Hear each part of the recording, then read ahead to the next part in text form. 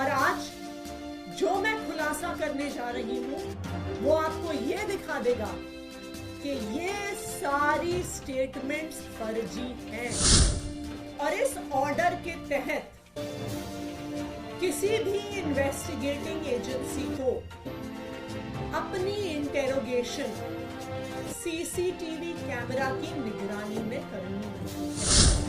आम आदमी पार्टी के नेताओं के घर पर ईडी की रेड शुरू हो गई।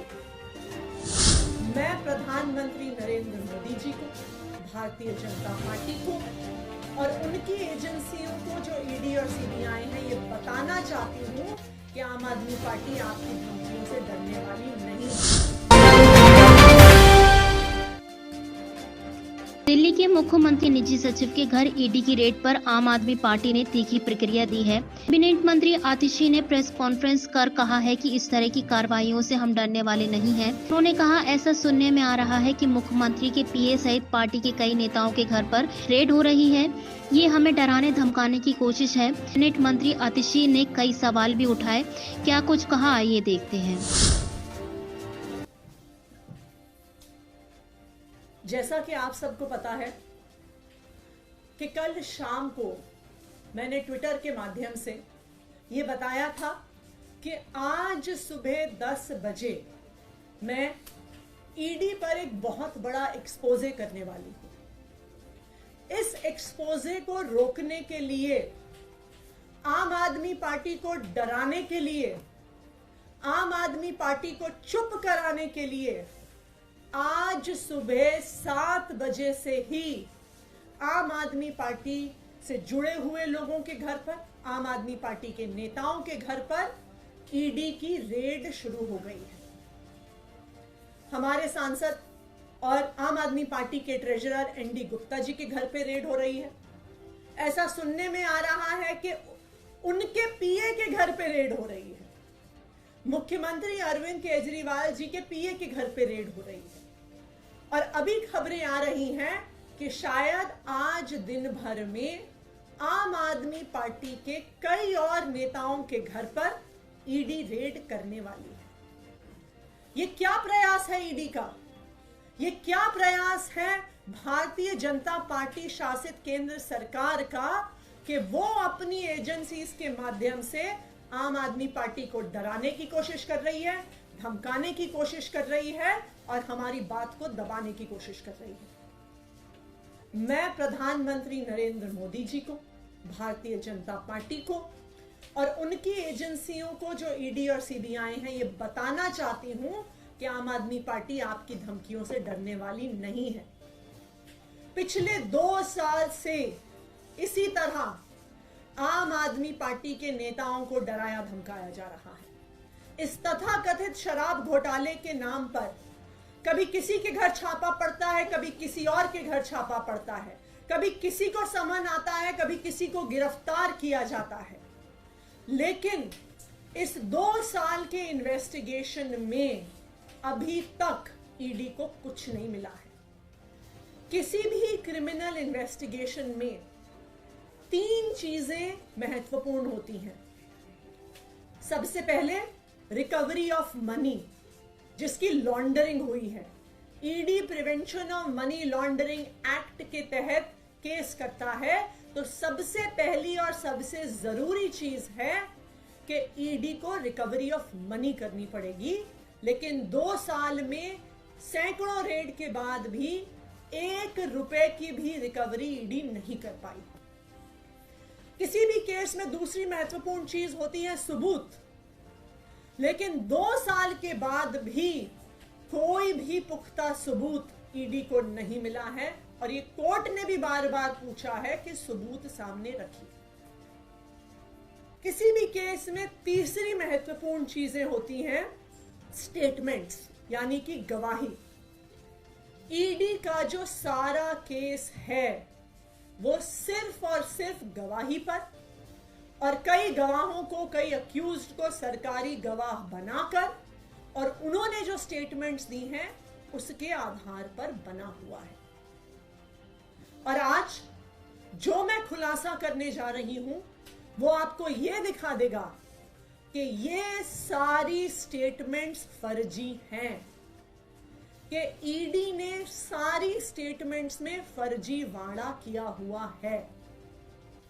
जैसा कि आपको पता है कि जब कई ऐसी स्टेटमेंट्स किसी अक्यूज से, किसी सरकारी गवाह से, किसी विटनेस से ली गई, उसके बाद कई विटनेस सामने आए और उन्होंने ये कहा कि उनसे स्टेटमेंट दबाव पूर्वक डलवाया गया, लिखवाया गया। एक विटनेस ने कहा कि उन्होंने, ईडी वालों ने इतनी जोर की थप्पड़ मारा कान पे कि कान की पट्टी फट गई, इस वजह से इस दबाव में उन्होंने स्टेटमेंट दिया। एक विटनेस ने कहा कि उनको ये कहा गया कि अगर आप नेताओं के खिलाफ बयान नहीं दिया तो हम देखेंगे कि तुम्हारी बेटी कॉलेज कैसे जाती है। एक और विटनेस को डराया गया, उसको कहा कि तेरी बीवी को अरेस्ट कर लेंगे, तेरी बीवी को जेल के अंदर डाल लेंगे अगर तुमने आम आदमी पार्टी के नेताओं के खिलाफ स्टेटमेंट नहीं दिया। तो बार बार अलग अलग लोगों को डरा के, धमका के गलत स्टेटमेंट साइन कराए गए। अब कैसे पता चलेगा कि जो स्टेटमेंट ईडी ने कोर्ट में सबमिट करी है, क्या वो सही थी स्टेटमेंट? क्या गवाह ने कुछ और कहा था? क्या वो डरा धमका के ली गई है? इस देश में पुलिस के द्वारा, इन्वेस्टिगेटिंग एजेंसीज के द्वारा इस प्रकार का डराना धमकाना रोकने के लिए 2020 में सुप्रीम कोर्ट ने एक ऑर्डर दिया था। ये एक बहुत फेमस ऑर्डर है, Paramvir Singh Saini versus Baljit Singh and others. 2020 का सुप्रीम कोर्ट का ये ऑर्डर है और इस ऑर्डर के तहत किसी भी इन्वेस्टिगेटिंग एजेंसी को अपनी इंटेरोगेशन सीसीटीवी कैमरा की निगरानी में करनी होती है। इस जजमेंट के तहत यह बहुत स्पष्ट तौर से लिखा है कि यह जजमेंट ईडी पर भी लागू होता है। ना सिर्फ इतना, इस ऑर्डर में यह भी साफ तौर पर लिखा है कि सीसीटीवी कैमरा की फुटेज सिर्फ वीडियो फुटेज नहीं हो सकती है। इसमें लिखा है CCTV cameras that have to be installed must necessarily consist of audio as well as video footage। ये सुप्रीम कोर्ट का आदेश है। क्यों? क्योंकि अगर ऑडियो और वीडियो फुटेज नहीं होगी तो यह सबूत नहीं बचेगा कि क्या किसी विटनेस को डराया गया, क्या किसी विटनेस को धमकाया गया, जो विटनेस ने बोला और जो कागज में लिखा गया क्या वो एक ही चीज है या वो अलग अलग चीज है। इसीलिए सुप्रीम कोर्ट ने यह आदेश दिया। इसी आदेश को रीआइटरेट किया सीबीआई के स्पेशल कोर्ट में एक्साइज पॉलिसी मैटर में ही जस्टिस एम के नागपाल ने, और यह किया उन्होंने 19 जुलाई को, जब एक अक्यूज्ड ने ईडी की सीसीटीवी की फुटेज मांगी। तो इसी सुप्रीम कोर्ट के ऑर्डर का हवाला देते हुए एम के नागपाल जी ने कहा कि यह हर विटनेस का, हर अक्यूज्ड का अधिकार है कि उन्हें सीसीटीवी फुटेज मिले with audio and with video. अब आप सुनिए, अब मैं आपको एक ऐसा फैक्ट बताने वाली हूं जिससे आपके रोंगटे खड़े हो जाएंगे। जब एक अक्यूज्ड ने कुछ दिन पहले कोर्ट में एप्लीकेशन डाली और कहा कि मुझे सीसीटीवी फुटेज चाहिए, तो क्या हुआ? उन्होंने एप्लीकेशन क्यों डाली? क्योंकि उनका, जो ये अक्यूज्ड थे, एक सरकारी गवाह से ईडी में आमना सामना करवाया गया। उस आमने सामने में सवाल जवाब हुए, स्टेटमेंट्स दी गई, अक्यूज्ड द्वारा दी गई, सरकारी गवाह द्वारा दी गई। इस पूरी प्रक्रिया में उस कमरे में एक सीसीटीवी कैमरा लगा हुआ था। यह पूरी प्रक्रिया सीसीटीवी कैमरा की निगरानी में हुई। लेकिन जब वो स्टेटमेंट कोर्ट में जमा कराई गई तो अक्यूज्ड ने देखा कि जो बात कमरे के अंदर हुई थी और जो बात कागज पर आई है वो दोनों अलग अलग हैं। और इसीलिए इस केस के उस अक्यूज्ड ने सीसीटीवी फुटेज के लिए एप्लीकेशन डाली। और आपको पता है, जब ईडी ने वो फुटेज दी तो उन्होंने उस फुटेज का ऑडियो डिलीट कर दिया। सिर्फ वीडियो फुटेज दी गई, ऑडियो फुटेज डिलीट कर दी गई, और सारा एविडेंस कि वास्तविक तौर पे उस कमरे में क्या बात हुई थी, उस सारे एविडेंस को ईडी द्वारा डिलीट कर दिया गया है। और ना सिर्फ उस एक मैटर में, आम आदमी पार्टी के पास विश्वसनीय सूत्रों से यह खबर है कि जब से ये एक्साइज पॉलिसी का इन्वेस्टिगेशन शुरू हुआ है, पिछले 1.5 साल की सारी इंटेरोगेशन, सारे सवाल जवाब जो हुए हैं ईडी में, सबकी ऑडियो फुटेज को डिलीट कर दिया गया है इन्फोर्समेंट डायरेक्टोरेट द्वारा, ईडी द्वारा। ये क्या दिखाता है कि जो एक तो रिकवरी नहीं हुई, सबूत नहीं मिला, और जो स्टेटमेंट्स थी, जो एकमात्र आधार थी ईडी के केस का, वो सारी स्टेटमेंट्स भी फर्जी हैं। क्योंकि अगर स्टेटमेंट फर्जी नहीं होती तो आपको ऑडियो डिलीट करने की क्या जरूरत थी। तो आज देश के सामने ये बात आ गई है कि यहां पे घोटाले की जांच नहीं हो रही है, ईडी की इस जांच में ही घोटाला है। आज मैं ईडी से पूछना चाहती हूं, मेरा पहला सवाल ईडी से, कि ये ऑडियो रिकॉर्डिंग्स डिलीट करके ईडी किसको बचाना चाहती है? ईडी क्या छुपाना चाहती है जिसकी वजह से उन्होंने पिछले 1.5 साल की सारी ऑडियो रिकॉर्डिंग्स डिलीट कर दी है?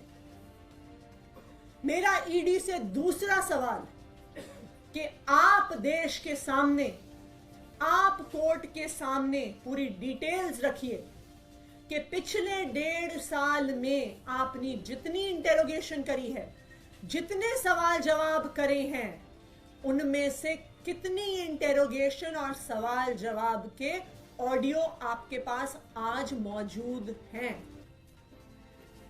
अगर ईडी ऑडियो रिकॉर्डिंग्स कोर्ट के सामने, देश के सामने नहीं रख पाती है, तो इस इन्वेस्टिगेशन का सारा दूध का दूध, पानी का पानी हो गया कि ना पैसे की रिकवरी, ना सबूत, और ना ही स्टेटमेंट्स का कोई भी सबूत कि वास्तविक तौर पे विटनेसेस ने क्या कहा है।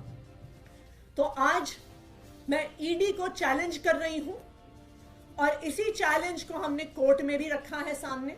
हमने कल सीबीआई के और ईडी के स्पेशल कोर्ट में राउज एवेन्यू में एप्लीकेशन फाइल करी है, और हमने सारी की सारी वीडियो रिकॉर्डिंग्स और ऑडियो रिकॉर्डिंग्स की डिमांड करी। और मैं ईडी को चैलेंज कर रही हूं कि ये ऑडियो रिकॉर्डिंग्स देश के सामने रखें। Thank you.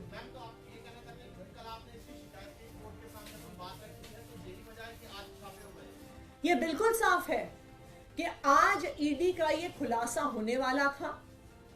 इस खुलासे को लेकर कल शाम से ही ईडी वाले डरे हुए थे। वो अलग अलग जगह फोन करके पूछ रहे थे कि किस चीज पर खुलासा है, किस चीज पर खुलासा है। और आज इस खुलासे को रोकने के लिए आज सुबह 7 बजे से ही आम आदमी पार्टी के अलग अलग नेताओं के घर पे, उनसे जुड़े हुए लोगों के घर पे छापे शुरू हो गए। ये आम आदमी पार्टी को डराने का प्रयास है। वरना आप ये तो छोड़िए कि आम आदमी पार्टी के ट्रेजरर के घर पे रेड हो रही है, उनके पीए के घर पे रेड हो रही है, मुख्यमंत्री के पीए के घर पे रेड हो रही है।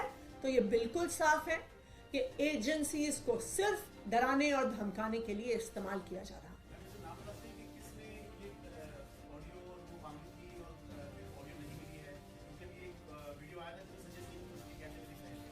ये एक केस में अक्यूज्ड है और डिटेल्स हम आपको प्रोवाइड कर देंगे।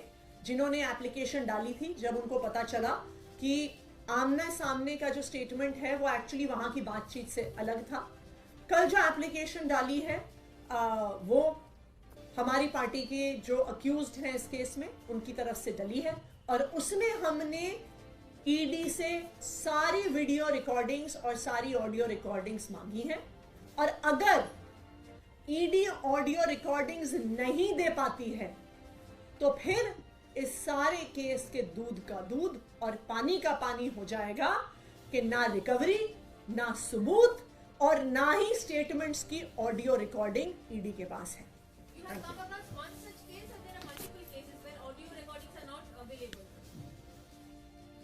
एक केस में यह साबित हो गया है कि ऑडियो डिलीट हो गया है और हमें विश्वसनीय सूत्रों से यह पता है कि सारे इंटेरोगेशंस का ऑडियो डिलीट कर दिया गया है ईडी के द्वारा। लेकिन अभी बिल्कुल सच सामने आ जाएगा। जो हमने एप्लीकेशन फाइल करी है उसमें देखते हैं, अगर ईडी ऑडियो नहीं दे पाती है तो यह बिल्कुल साफ है कि स्टेटमेंट्स का भी उनके पास कोई आधार नहीं।